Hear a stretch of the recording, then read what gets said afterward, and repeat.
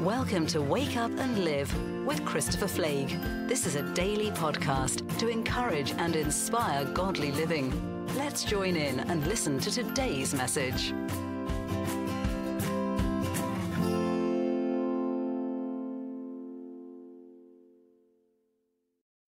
Good morning. Thank you so much for tuning in on this Monday morning as we begin another awesome week. I know that God's going to do some great things in your life.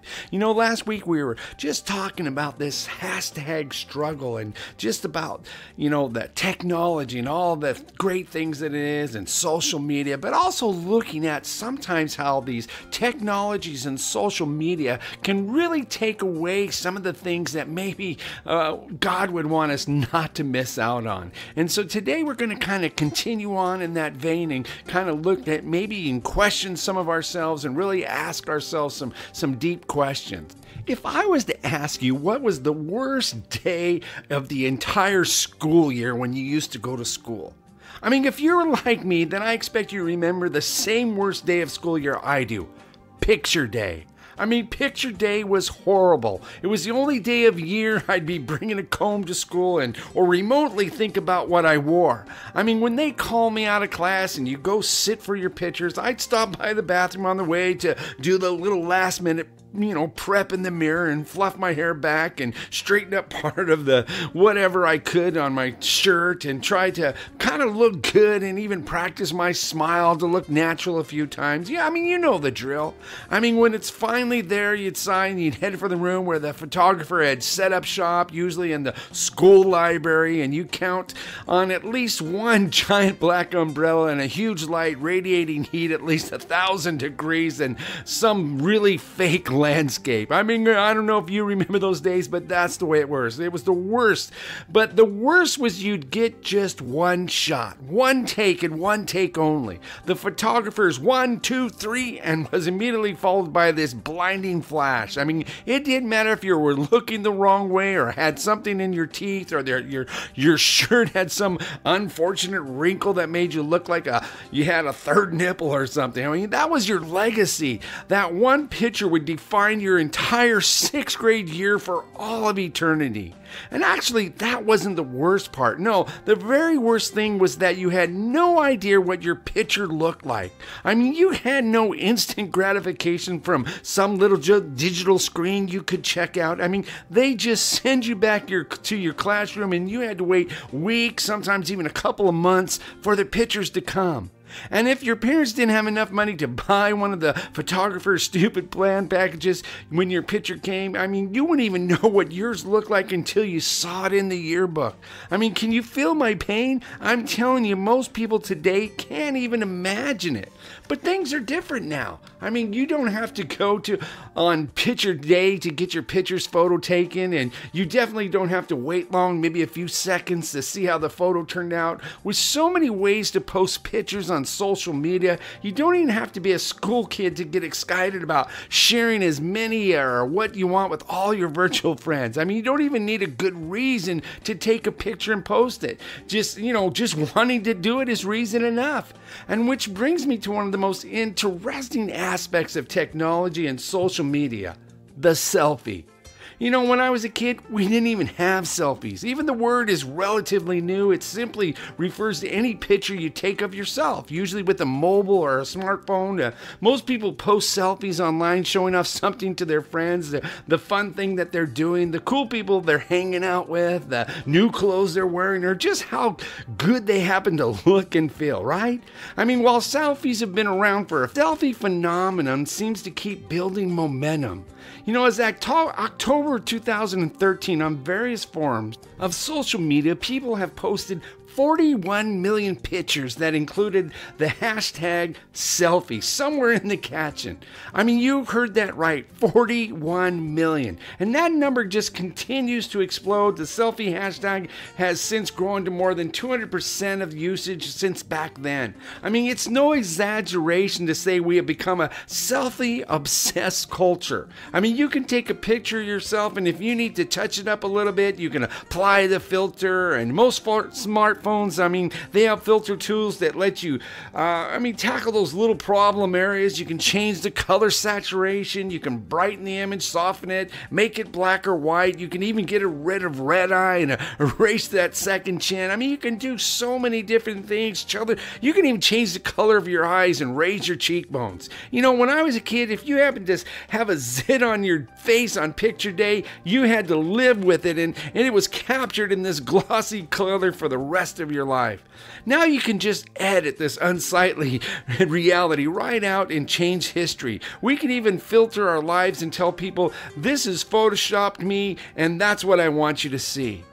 And pictures aren't the only things we're becoming used to controlling. Thanks to technology and social media, we have the luxury of sending an article, text, tweet, or email to virtually anyone we want to communicate with, and we can edit, revise as much as we want before we hit send. The problem, however, is that many of us have filtered our message too much that we no longer comfortably with real, unscripted, spontaneous conversation. We become so used to the luxury of being able to edit the things we say that some of us really struggle when we have to have a normal, everyday conversation in front of real, live human beings. I mean, technology has given us tools that are unprecedented in human history, but an entire generation is growing up uncomfortable in conversations that they cannot control. I mean, today, these kids, they have cell phones, and then when the phone rings, they can look at it, they can see who's calling it, and they can decide at that moment so many different things of whether they want to answer the phone or not answer the phone. I mean, it's interesting to me that when I was their age, the option of answering based on their caller ID didn't even exist. I can remember when caller ID became an expensive option you could add to your landline or home line. Before technology marvel, you didn't have any idea who was calling you when your phone rang. You had to answer the call to find out who it was on the other end. And then you actually had to talk to them. Can you imagine it? I mean, you had no idea what this person was going to say or even what they might ask. So you learned to think on your feet and about social expectations and everyday etiquette. I remember my parents teaching me proper phone etiquette as a part of this learning overall good manners. I mean, the rule number one is never say mom and dad can't talk right now because they're using the bathroom. But today we have the luxury, hard to say whether it is a blessing or is a curse, of being able to decide whether we want to answer a call based on the factors that we control. We can see a call come in, send it directly to voicemail, wait for the person to finish leaving a message, then immediately listen to the voicemail or wait until later. I mean, we even have more choices about responding. We can call the person back or not call back. But what do many of us do?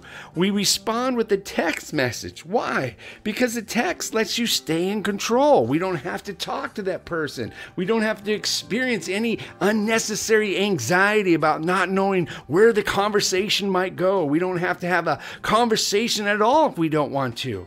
You know, it amazes me that sometimes young people, they really have in their mind, I don't know about you, even with their kids, I mean, we could be having a conversation and texting, and all of a sudden they just disappear.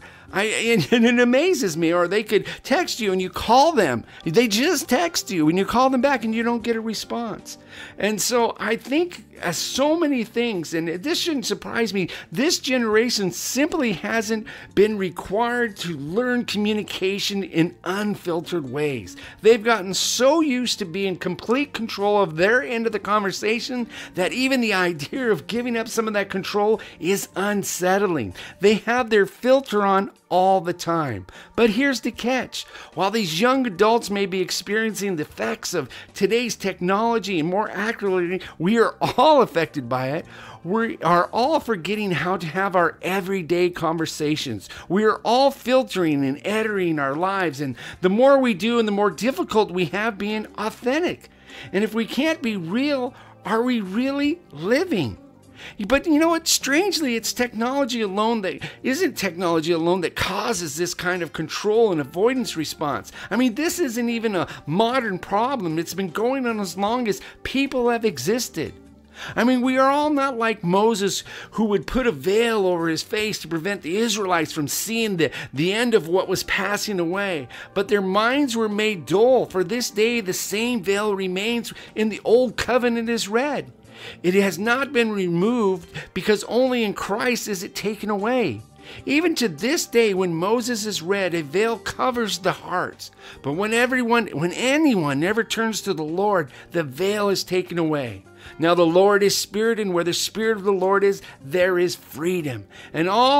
And we all who with unveiled faces contemplate the Lord's glory, and being transformed into his image with ever increasing glory, which comes from the Lord who is the Spirit. You look at 2 Corinthians 3:13-8, you can look at that. But in this passage, Paul is trying to show the Corinthians how much greater the new covenant is, this freedom through Christ, than the old covenant, adherence to the law. I mean, he's referring to a story in the Old Testament found in Exodus 34:29-35. I mean, Moses had gone up to Mount Sinai where God gave him the 10 Commandments. He spent 40 days on the mountain with God, and when he came down, Moses' face was glowing because he had been in the presence of the glory of God. I mean, look at this. I used to think when I read this that the story that Moses put on the veil is to protect the people from fearing this inspiring glory of God on his face. But if we look more closely at the text, we see that he used the veil not to protect the people, but to keep them from seeing that the glory was fading. Even Moses, after seeing the glory of God, did not want others to know that he was losing the image. I mean, Paul then makes this comparison. When the old covenant was read, the Jewish people who didn't believe could not see the truth. Why? Because their unbelief blinded them like a veil. But anyone who turns to Christ understands the truth, because he removes the veil and reveals the glory. You might wonder how this passage applies to us today. Well, most of us put a veil on of some kind or another to hide the truth about ourselves. We become skilled at filtering our lives, showing others only what we really want them to see. I mean, this is similar to what Paul implies Moses did. He hid from the people the fact that God's glory was fading away. I mean, this tendency is a part of our sinful nature.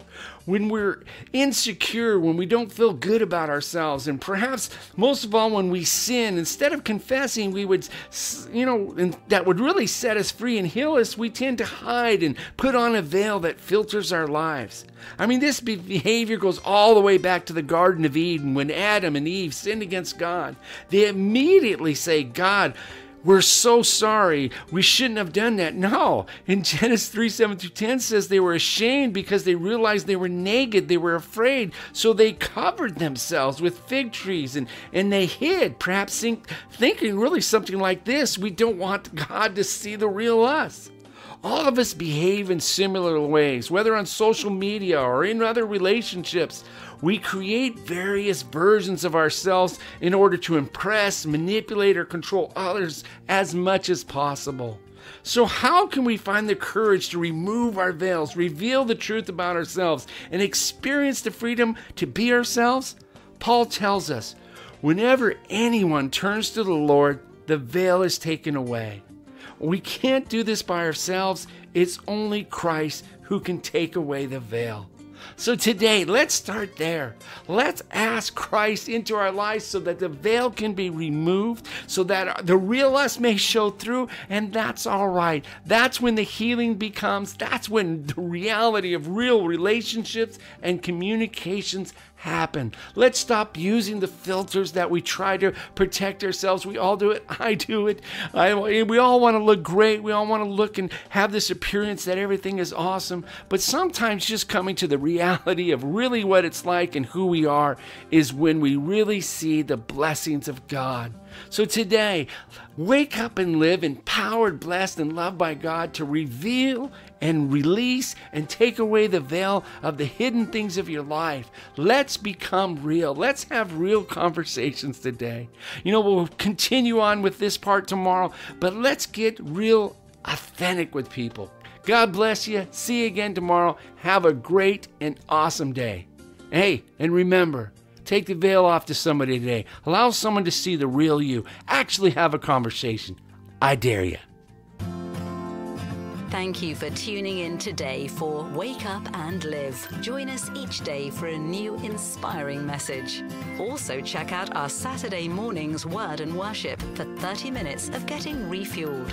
Plus our Sunday sermon series on the seasons of life.